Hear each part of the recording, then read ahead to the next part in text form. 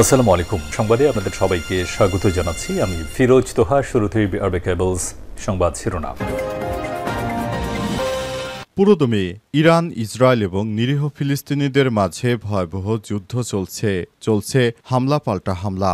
এরই মাঝে আমাদের হাতে এসে পৌঁছেছে এই যুদ্ধের সর্বশেষ গুরুত্বপূর্ণ সবথেকে তাজা আপডেট সংবাদ আপনাদের জানিয়ে দিব। প্রথমে জানাবো, লোহিত সাগরে মালবাহী জাহাজে হামলা চালিয়ে ডুবানোর দাবি হুতি যোদ্ধাদের। লোহিত সাগরে ইহুদিবাদী ইসরায়েলের মালবাহী জাহাজে হামলা চালিয়ে সেটি ডুবিয়ে দিয়েছে হুতি গোষ্ঠীরা। গুলি, রকেট ও দুর্নিয়ন্ত্রিত বিস্ফোরক ভর্তি নৌকা ব্যবহার করে এই হামলা চালায় তারা, খবর রয়টার্সের। এরপর জানাবো, ইসরায়েল আক্রমণ করলে আরও ধ্বংসাত্মক প্রতিশোধের হুঁশিয়ারি ইরানের। ইরান হুঁশিয়ারি দিয়ে বলেছে, ইসরায়েল যদি আবারও তাদের উপর আক্রমণ চালায় তাহলে তারা আরও শক্তিশালী ও ধ্বংসাত্মক জবাব দেবে। আজ আল জাজিরার এক প্রতিবেদনে বিষয়টি নিশ্চিত করা হয়েছে। ইহুদিবাদী ইসরায়েলিদেরকে শিক্ষা দিতে এবার ব্যাপক হারে প্রস্তুতি গ্রহণ শুরু করেছে ইরান। এদিকে হত্যার আগে ইরানের শীর্ষ কমান্ডারদের যেভাবে খুঁজে বের করে ইহুদিবাদী ইসরায়েলের গোয়েন্দা সংস্থা মোসাদ। ইসরায়েলি হামলায় ইরানের ইসলামিক রেভলিউশনারি গার্ড কর্পস আইআরজিসির কমপক্ষে ২০ জন সিনিয়র কমান্ডার নিহত হয়েছে। সংঘাতের সময় বেশ কয়েকজন পরমাণু বিজ্ঞানীকেও হত্যা করে ইসরায়েল। এসব হামলায় এতটাই নিখুঁত ছিল যে ধারণা করা হচ্ছে তাদের অবস্থান সম্পর্কে আগে থেকেই জানত ইসরায়েল। তবে বিবিসির এক প্রতিবেদন থেকে জানা গেছে ভিন্ন কথা। ইহুদিবাদী ইসরায়েলেরা তাদের ট্র্যাকিং সিস্টেম ব্যবহার করে ইরানের কমান্ডারদের হত্যা করে। জানাবো, তবে কি শান্তিতে নোবেল পুরস্কার পাচ্ছেন ট্রাম্প? নোবেল শান্তি পুরস্কার এবার মার্কিন প্রেসিডেন্ট ডোনাল্ড ট্রাম্পের হাতে উঠতে পারে কিনা তা নিয়ে আলোচনার ঝড় বইছে আন্তর্জাতিক অঙ্গনে। প্রথমে পাকিস্তানের সেনাপ্রধান ট্রাম্পকে নোবেল দেওয়ার জন্য মনোনয়ন করেন, এরপর তাকে নেতানিয়াহু মনোনয়ন দিয়েছে। আশা করা যাচ্ছে এবার ট্রাম্পও নোবেল পেতে পারেন। এবং সর্বশেষ জানাবো, পিআর পদ্ধতিতে নির্বাচনের দাবি ইসলামী দলগুলোকে এক করার উদ্যোগ চলছে বললেন চরমোনাই পীর। সংখ্যানুপাতিক পদ্ধতি বা পিআর পদ্ধতিতে নির্বাচন ব্যবস্থা বাস্তবায়নের দাবি জানিয়ে ইসলামী আন্দোলন বাংলাদেশের সিনিয়র নায়েবে আমির মুফতি সৈয়দ মোহাম্মদ ফয়জুল করিম চরমোনাই বলেছেন, সংস্কার ছাড়া নির্বাচন দিলে তা প্রশ্নবিদ্ধ হবে। নির্বাচন স্বৈরাচার বিরোধী বিচার ও কাঠামোগত সংস্কার করে তারপর নির্বাচন দিতে হবে, তা না হলে বাংলাদেশে নির্বাচন কোনো ভালো কিছুই বয়ে আনবে না। এই নির্বাচন শুধুমাত্র দেখানো নির্বাচন হবে। 53 বছর ধরে বাংলাদেশের প্রকৃত কোনো সংস্কার হয়নি। যে দল এসেছে তারাই তাদের আধিপত্য বিস্তার করতে করতে সবকিছু ধ্বংস করে দিয়েছে। এবার বিজয় হবে ইসলামের, ইনশাল্লাহ। প্রিয় দর্শক, এতক্ষণ শুনছিলেন সংবাদ শিরোনাম, এবারে বিস্তারিত। তবে তার আগে বন্ধুরা, অনুরোধ থাকবে এই সংবাদটিতে একটি লাইক দিন। এই চ্যানেলে আপনি নতুন হয়ে থাকলে আমাদের সংবাদটি দেখতে দেখতে চ্যানেলটি সাবস্ক্রাইব করে রাখুন। কমেন্ট করে বন্ধুরা আপনার মূল্যবান মতামত জানিয়ে দিন আপনি বিশ্বের কোন দেশ থেকে বা বাংলাদেশের কোন স্থান থেকে আমাদের সংবাদটি দেখছেন এবং শুনছেন। এবারে বিস্তারিত। লোহিত সাগরে মালবাহী জাহাজে হামলা চালিয়ে ডুবানোর দাবি হুতিদের। লোহিত সাগরে একটি মালবাহী জাহাজে হামলা চালিয়ে সেটি ডুবিয়ে দেওয়ার দাবি করেছে ইয়েমেনের বিদ্রোহী গোষ্ঠী হুতিরা। গুলি, রকেট ও দুর্নিয়ন্ত্রিত বিস্ফোরক ভর্তি নৌকা ব্যবহার করে এই হামলা চালানো হয়েছে, খবর রয়টার্সের। জাহাজটির গ্রিক মালিকানা প্রতিষ্ঠান স্টেম শিপিং রয়টার্সকে বলেছে, জাহাজটি সত্যি ডুবে গেছে কিনা তা তারা এখনও নিশ্চিতভাবে বলতে পারছে না। রয়টার্স তাৎক্ষণিকভাবে এই তথ্য যাচাই করতে পারেনি। হুতি বিদ্রোহীরা বলছে, গত রোববার এই হামলা হয়েছে। তারা লাইবেরিয়ার পতাকাবাহী ম্যাজিক সিস নামের জাহাজে হামলা চালিয়েছে এবং জাহাজে থাকা ১৯ নাবিককে নিরাপদে নেমে যেতে দিয়েছে। স্টেম শিপিং কোম্পানি রয়টার্সকে বলেছে, ওই জাহাজের পাশ দিয়ে যা আরেকটি বাণিজ্যিক জাহাজের সব নাবিককে উদ্ধার করে জিবুতি উদ্দেশ্যে রওনা করে। সংযুক্ত আরব আমিরাত কর্তৃপক্ষ এর আগে গতকাল বলেছে, লোহিত সাগরে হামলার কবলে পড়ার পর জাহাজটি থেকে সাহায্য চেয়ে বিপদ সংকেত দেওয়া দেওয়া হয়েছিল, আর সেই সংকেত পাওয়ার পর এডি স্পোর্টস গ্রুপের মালিকানাধীন সাফিন পিজম নামের একটি জাহাজ ঘটনাস্থলে গিয়ে উদ্ধার অভিযান চালায় এবং সফলভাবে 22 আরোহী সবাইকে উদ্ধার করে। এর আগে স্টিম শিপিং প্রতিনিধি মাইকেল বোদোরোগ্লু বলেছেন, হামলার পর ম্যাজিক সিজ জাহাজটি পানি ঢুকতে শুরু করে এবং তা ডুবে যাওয়ার ঝুঁকিতে পড়ে। জাহাজটি চীন থেকে লোহা ও সার নিয়ে তুরস্কের দিকে যাচ্ছিল। সেই জাহাজটিকে তারা ডুবিয়ে দিয়েছে।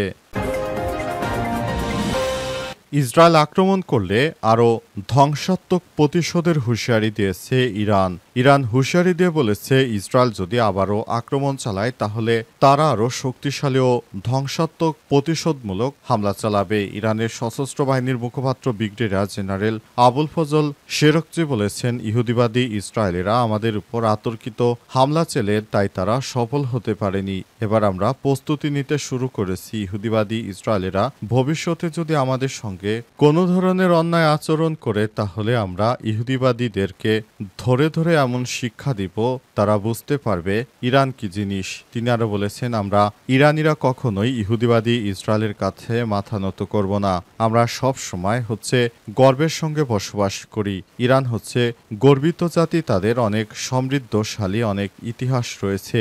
ইতিহাস থেকে শিক্ষা নিয়ে ইহুদিবাদী ইসরায়েলিদেরকে সামনে এগোতে হবে। তাদেরকে বুঝতে হবে ইরান অন্য কোনো রাষ্ট্রের মতো নয়। তারা তাদের সম্মানকে বিসর্জন দেবে না। দরকার হলে তারা মৃত্যুকে আলিঙ্গন করবে, কিন্তু তারা কখনোই তাদের সম্মানকে বিসর্জন দেবে না। ইহুদিবাদী ইসরায়েলের প্রধানমন্ত্রী বেঞ্জামিন নেতানিয়াহু যে নিকৃষ্ট একজন মানুষ, ইতিমধ্যেই পুরো পৃথিবীর কাছে সেটা প্রকাশিত হয়ে গেছে। ইহুদিবাদীদেরকে এখন আর আগের মতো কেউ সমর্থন করে না। পুরো পৃথিবী জুড়ে এবার ইহুদিবাদী ইসরায়েলের বিরুদ্ধে বিক্ষোভ চলছে। এত কিছু বলার পরও লজ্জাহীনতায় এই নেতানিয়াহু এখন ওই দেশে শাসনভারে বসে আছে। পৃথিবীর কোনো রাষ্ট্রই তাকে আর দেখতে চায় না, কিন্তু নিজে এখনো সেখান থেকে সরছে না। এমন নিকৃষ্ট ইহুদিবাদী পৃথিবীর ইতিহাসে বিরল। হত্যার আগে ইরানের শীর্ষ কমান্ডারদের যেভাবে খুঁজে বের করে মোসাদ। ইসরায়েলি হামলায় ইরানের ইসলামিক রেভলিউশনারি গার্ড কর্পস আইআরজিসির কমপক্ষে 20 জন সিনিয়র কমান্ডার নিহত হয়েছে। সংঘাতের সময় বেশ কয়েকজন পরমাণু বিজ্ঞানীকেও হত্যা করেছে ইহুদিবাদীরা। সব হামলা এতটাই নিখুঁত ছিল যে ধারণা করা হচ্ছে তাদের অবস্থান সম্পর্কে আগে থেকেই জানত ইসরায়েল। কিন্তু প্রশ্ন হলো, ইসরায়েলি বাহিনী কিভাবে এসব তথ্য সংগ্রহ করেছিল, কিভাবে নিশানা বরাবর একে সবাইকে পেয়ে গেল। সম্প্রতি বিবিসিকে দেখ সাক্ষাৎকারে এই রহস্য ফাঁস করেছেন ইসরায়েলি গোয়েন্দা সংস্থা মোসাদের সাবেক উপপ্রধান রামে ইকরা। টার্গেট কিলিং পদ্ধতি, প্রযুক্তির দক্ষতা এবং রাজনৈতিক দায় নিয়ে সাবেক এই কর্মকর্তা বলেছেন, ইরানের শীর্ষ সামরিক কর্মকর্তাদের হত্যায় মোবাইল ফোন প্রযুক্তি ব্যবহার করে টার্গেট নির্ধারণ করেছে মোসাদ। বিবিসির ইরান বিষয়ক বিশেষ প্রতিবেদক খাজরা নাজিরের এক প্রশ্নের উত্তরে রামি ইকরা আরও বলেছেন, সবই তথ্য প্রযুক্তি ও উদ্ভাবনের মাধ্যমে করা হয়েছে। বিশেষ করে সাইবার জগৎ থেকে তথ্য সংগ্রহ করা হয়েছে। তিনি আরও বলেছেন, যদি আপনার হাতে একটি মোবাইল থাকে তাহলে আপনার কোনো কিছুই গোপন নেই। এটা সবার আগে প্রযোজ্য। আর যদি রেভলিউশনারি কমান্ডার হয় তাহলে তো কোনো কথাই নেই। তাদের বাসা কোথায়, ফোন ফ্ল্যাট কোথায়, সবকিছুই জানা যায়। বিষয়টি আরও ব্যাখ্যা করে রামি বলেছেন, মোবাইল ফোন ট্র্যাকিং এর মাধ্যমে ইরানি বিপ্লবী গার্ড বাহিনীর কমান্ডারদের সুনির্দিষ্ট অবস্থান শনাক্ত করা হয়। এরপর অত্যাধুনিক গাইডিং সিস্টেমযুক্ত মিসাইল দিয়ে হামলা চালানো হয় এবং সেভাবেই কর্মকর্তাদেরকে আমরা হত্যা করতে সক্ষম হয়েছি। পিআর পদ্ধতিতে নির্বাচনের দাবি, ইসলামী দলগুলোকে এক করার উদ্যোগ চলছে বললেন চরমোনাই পীর।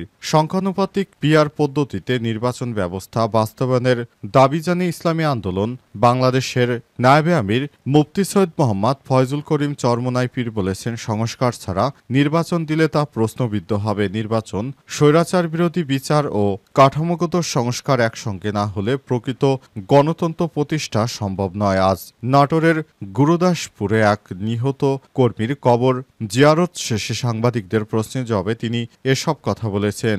এ সময় তিনি বলেছেন, ইসলামী দলগুলোর মধ্যে পিআর পদ্ধতির বিষয়ে ঐক্যমত তৈরি হয়েছে। আমরা এখন সব ইসলামী দলকে এক করার চেষ্টা করছি যেন তারা একসঙ্গে একই প্রতীকে নির্বাচনে অংশগ্রহণ করতে পারে। আমাদের লক্ষ্য ইসলামী মূল্যবোধে বিশ্বাসী সব দল ও জনগণকে নিয়ে একটি কার্যকর রাজনৈতিক মঞ্চ গঠন করা। চরমোনাই পীর আরও বলেছেন, 53 বছর ধরে যারা দেশকে চালিয়েছে তারা সব সময় দেশকে শাসন ও বঞ্চনা গঞ্জনা করে দেশকে চালিয়েছে। আমরা চাই একটি ইসলামী ধারায় দেশটাকে পরিচালনা করতে।